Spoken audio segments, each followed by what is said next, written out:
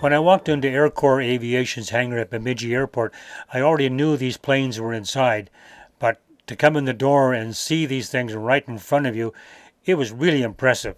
Here's what took place. I need an explanation. P-51, Yep. what were you doing with it? We're working on doing gear retraction tests and making sure all the doors are adjusted, and up locks, and just put some new seals in a couple of gear cylinders. It has minor hydraulic leaks. Where does the airplane live at? This one's from South St. Paul, Minnesota. Belongs to the CAF, tours around the country. So it's up for the winter for annual inspection and engine change, prop overhaul. It looks like it's recently. How recently was it rebuilt? It was finished in 2009. Looks pretty new. Yeah. About 400 hours on it since then. So Oh wow. gets around. Thanks. To Arizona for an air show there on the 15th, I guess. So It's going to an air show when? 15th, so in a week and a half in Arizona. So okay. And where's the pilot going to come from to fly this to Arizona? I'm not sure which pilot's going to fly it, but there's one from Mason City, Iowa. That's one of the pilots. He'll be up here end of the week to do test flights. Okay.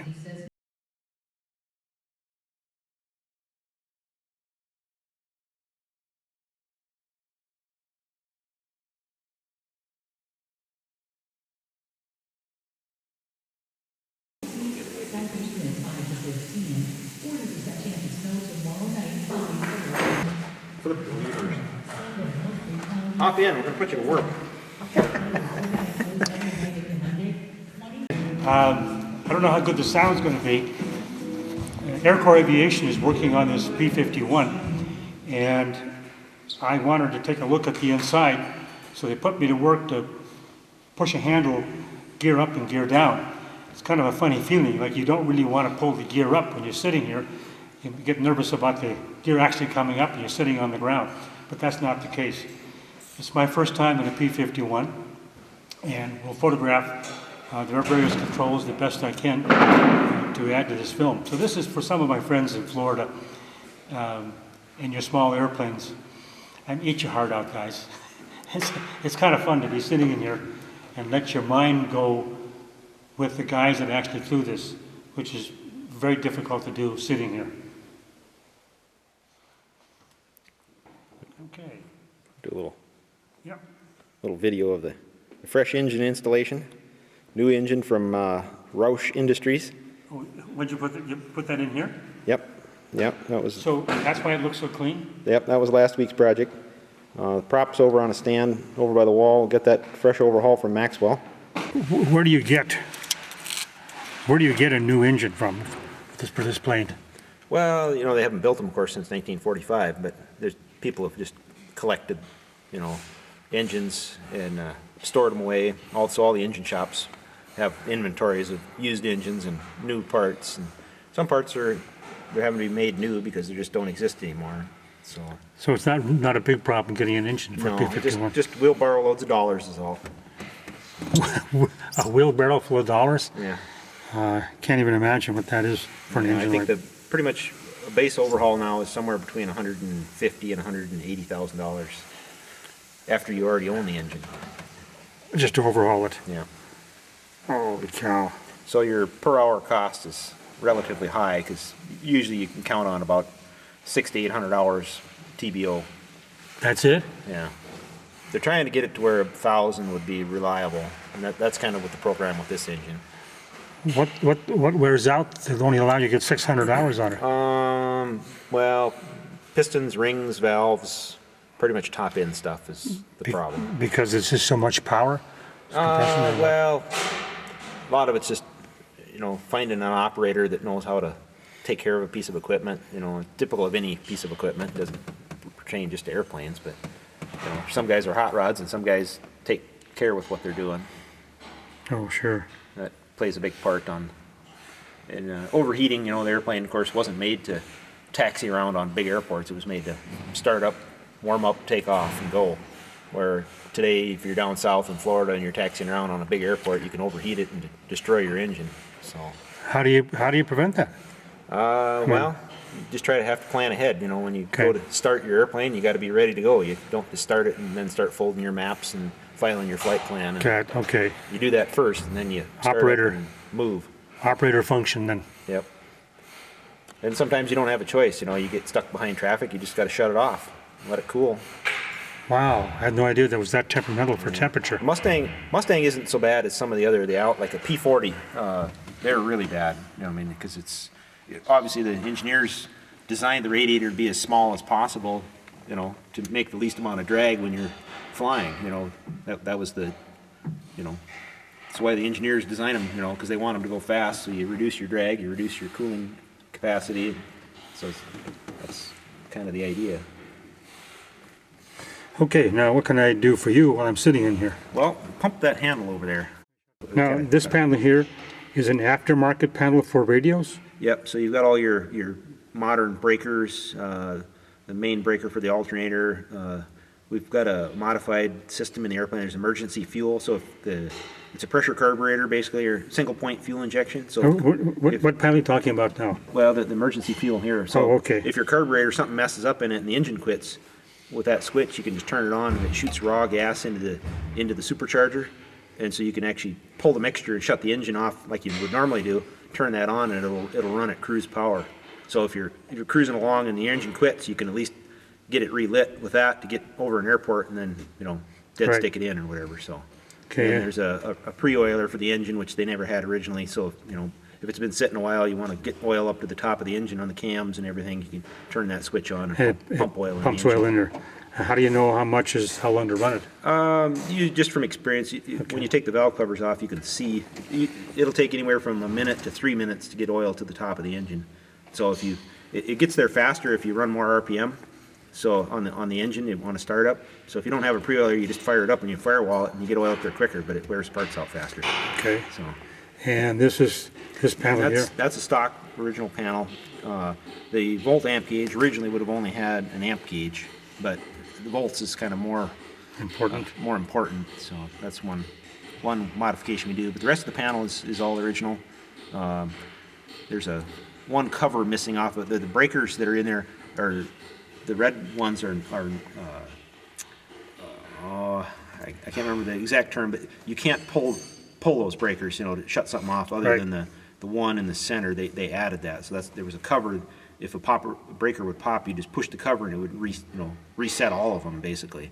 And they wanted to be able to disconnect that one breaker. I see camera, Yep, gun. gun camera. Where's the gun camera mounted at? In front of the wing? Yeah, it's in the left hand leading edge of the wing. 16 millimeter or 35 millimeter? 16. Okay. Assumed it was because of space. Yep. And this is, So then Oops. the other little box up here, that's the everybody calls it IFF box, or where there's a set of lights on the bottom of the wing you could turn on and off in a certain Okay. code, you know, whatever the code of the day was, so that people could identify whether you were a oh, sure. good guy or bad guy. And it has a little switch on the top that you could flash the lights too. So, you know, if you needed to flash them at them for, you know, Okay. basically you could do Morse code if you wanted to with it. And what am I looking at here? Oxygen regulator. So Okay. there'd be a hose coming off that going to your oxygen mask. Hose comes off of here.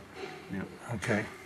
Then this airplane would have been built with an engine hand pump primer, which is kind of just in the corner of your picture here. And on this airplane, it's not functional because I don't know how anybody would ever get one of these engines started with one of those, because you have to kind of start the engine on the primer, get it running on the primer, and then open the mixture. Because if you try to start it with the mixture on, it just pumps raw gas into the engine and floods it. So it's kind of a little bit of a trick to. Now, these radios down here, is that a newer, much newer radio than? Yeah, that's like a 70s, 80s vintage Collins Proline radios. So they're just a remote head, and the main box is back in the back of the airplane. And Okay. just trying to save space. Most people, they'll take the stock instrument panel and they'll cut and put radios, you know, like your standard Garmin setup or whatever in the main panel. And we wanted to keep the panel as original as we could. And Sure. if you're doing hard IFR work, you definitely want something in the panel, so you're not looking around trying to find radios. And what am I looking at here? that's the bomb control. So this airplane doesn't have bomb racks on it, but they could be put on at some point. But this is the control to either select to drop all the bombs at once, or you could it does have an electric control too, that you can just launch one at a time. So Okay. And everything over here has to do with the 3 different trims. 3 different trims. Aileron trim, rudder trim, and then that's elevator trim. And carburetor control. Yeah, there's a lever. The airplane had an air filter system on it originally, where if you're in dusty conditions, you could shut off the intake air and run it through a set of filters, so you wouldn't get a bunch of dirt in your engine. I'm looking at something in the yellow. It's got numbers. It's in degrees. Yeah, and that's the camera. flap control handle. So it has a pre-select where you can, every 10 degrees of That's flap it. travel. This little thing is for the flaps. Yep. For some reason, I would have expected something much bigger. Wow. Okay. And everything up here, of course, is normal aircraft instrumentation. So we're gonna both gonna come up at the same time, I assume. Tail wheel will go up first. Tail wheel. Okay.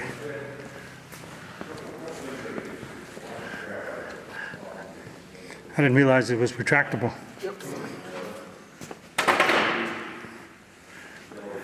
Okay, we're good to go, Mark.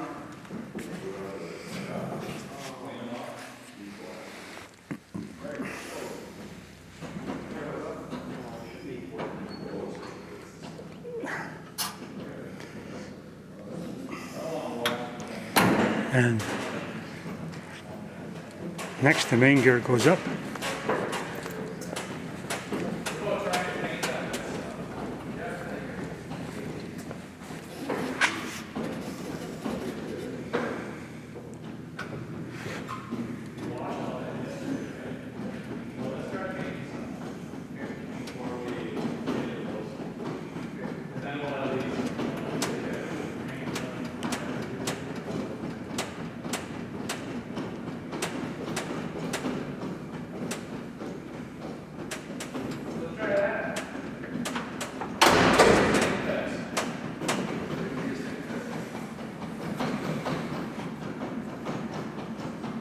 Faster, Mark, faster. The Messerschmitt is coming.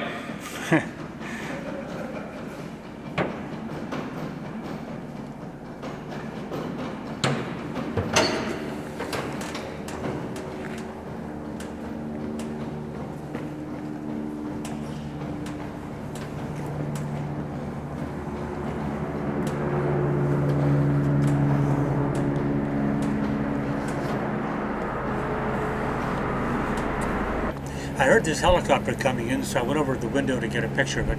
And this is the ambulance helicopter based up at Bemidji Airport. They were coming in from, I assume, delivering somebody somewhere. Interesting to see as they came into a hover over the snow, it was almost like a whiteout. But I guess not from the pilot's perspective, because they landed okay.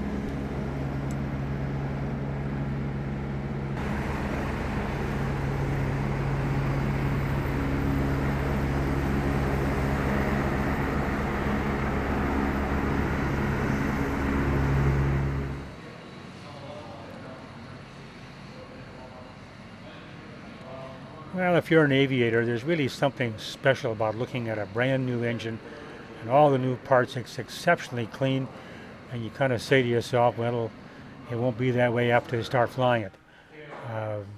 This is the red tail P-51. Notice the tail in the back. And what does that remind you of? The Tuskegee Airmen. Now look at the exhaust coming out the side here. Can't you just picture a 8-inch flame coming out each one of those things on each side? Boy, that's a lot of power. And look how clean, or I should say clean, all the components are. Air Corps Aviation just put in this new engine, and I was surprised to hear that they only get maybe 700 hours and they have to change it at 140-some thousand, I think he said, dollars. Very impressive to look at if you're an aviation buff.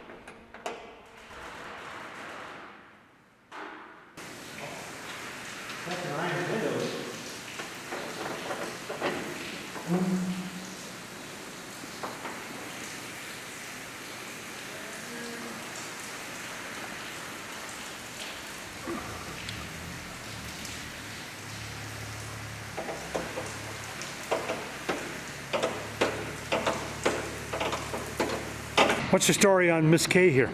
Miss Katie. Yeah, Katie. Katie. It's one of our customers' airplanes, and it's a 1941 Grumman Goose. Twin Pratt & Whitney 985s on it. It's been highly modified from its original form.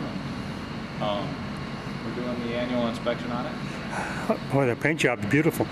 Yeah. This was once owned by the owner of the Super 8 hotel chain, Okay. so it shares some of the colors of Super 8 with the Where does it have its home now? it's located down in Flying Cloud. Okay, so it's in Minnesota. Yep, based in Flying Okay. Cloud.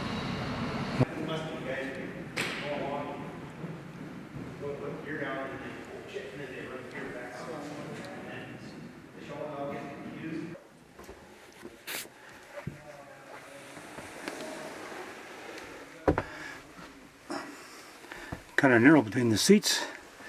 I gotta turn sideways and I'm small.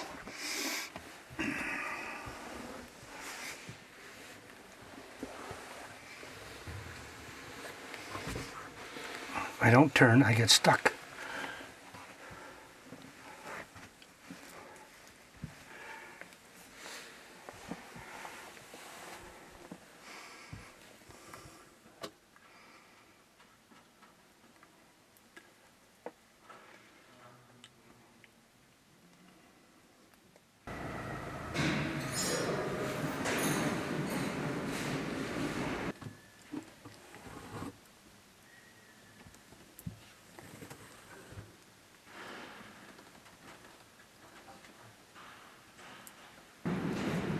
Checking for leaks? Yeah, I just put these new windows in on the side, Oh, fabricated right from scratch. They were, just want to make sure when he's taking off and all the water's blowing that it, Yep. Yep.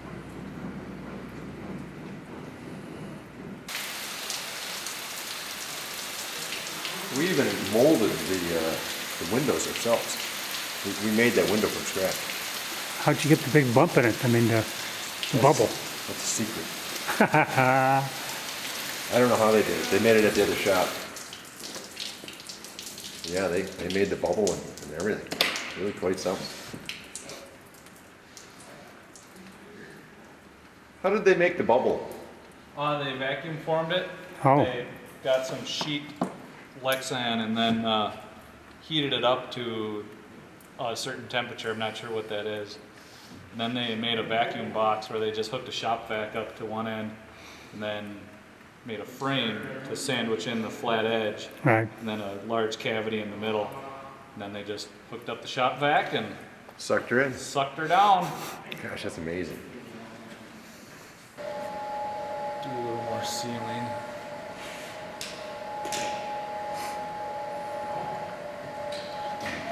On the roof and onto the channel, and then down onto this, and What is this, a power wash? What is this, hell of a hose? What is this white airplane? That's Mark Kistler's airplane.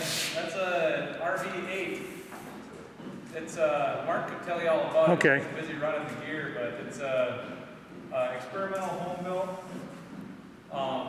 Lycoming 180 horse with constant speed prop, does pretty close to 200 miles an hour. I think it cruises at 180. Jesus. It's real, it's fully aerobatic. It's a pretty, it's a little hot rod is what it is. But Mark built that all from scratch, you know, well, not completely from scratch. He bought a kit from Vans. Jesus. And not sure how long it took him or anything, but it's his little baby is what it is.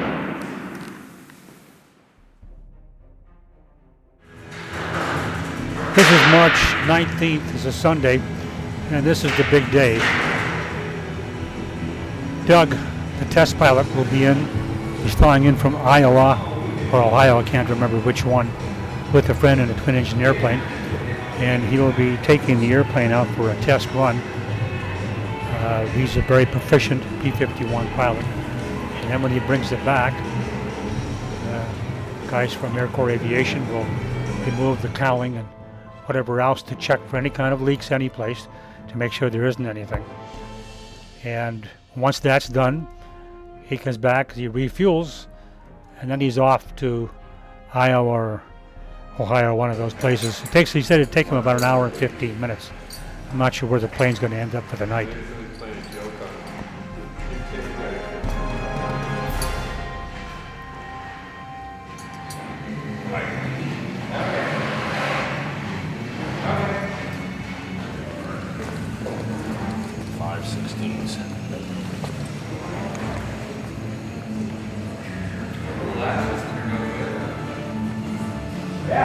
It's the right font. You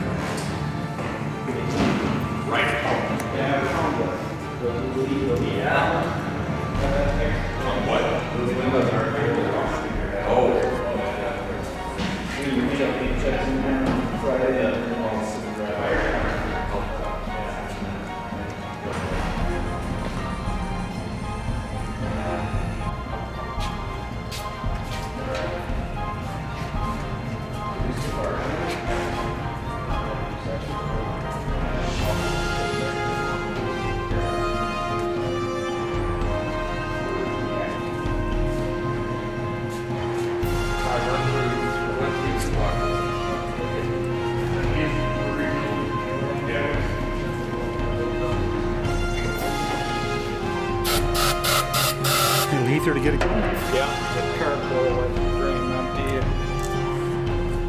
Let me burn your camera. I was thinking about that. It'll backfire.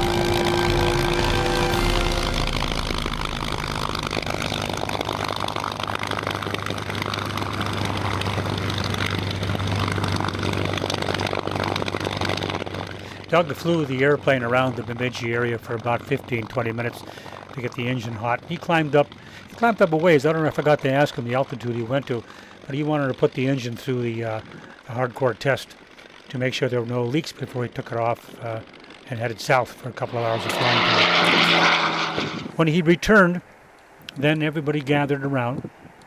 A fuel truck came over from Bemidji Aviation, and at this point everyone started to pull off cowlings and to look inside to see if there were any leaks. There weren't any leaks. I was buttoned back up, and he was given a sandwich or something to hold him over till he got home.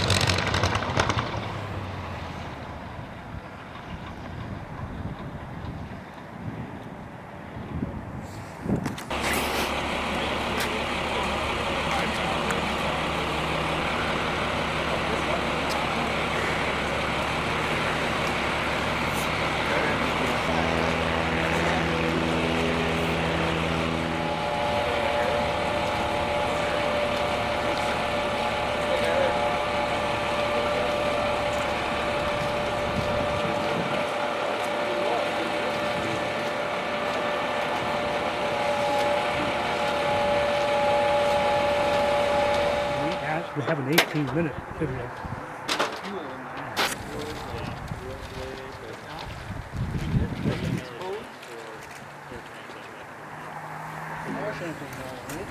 Nothing disastrous. No, it looks like it's all dried up.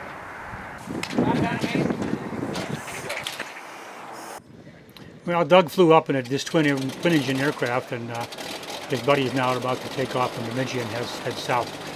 Wish I could remember the airport that we're going to. In his case, it's probably under an hour at the speed of this twin.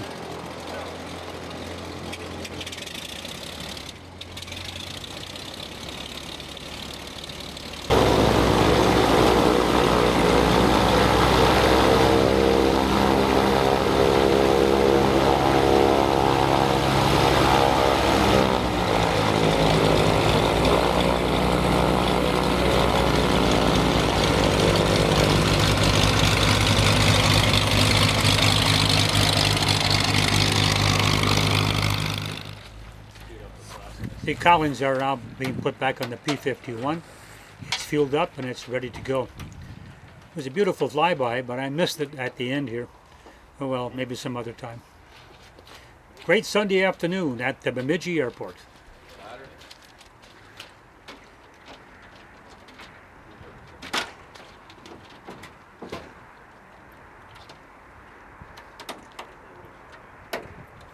See this thing on the ring, it's ready.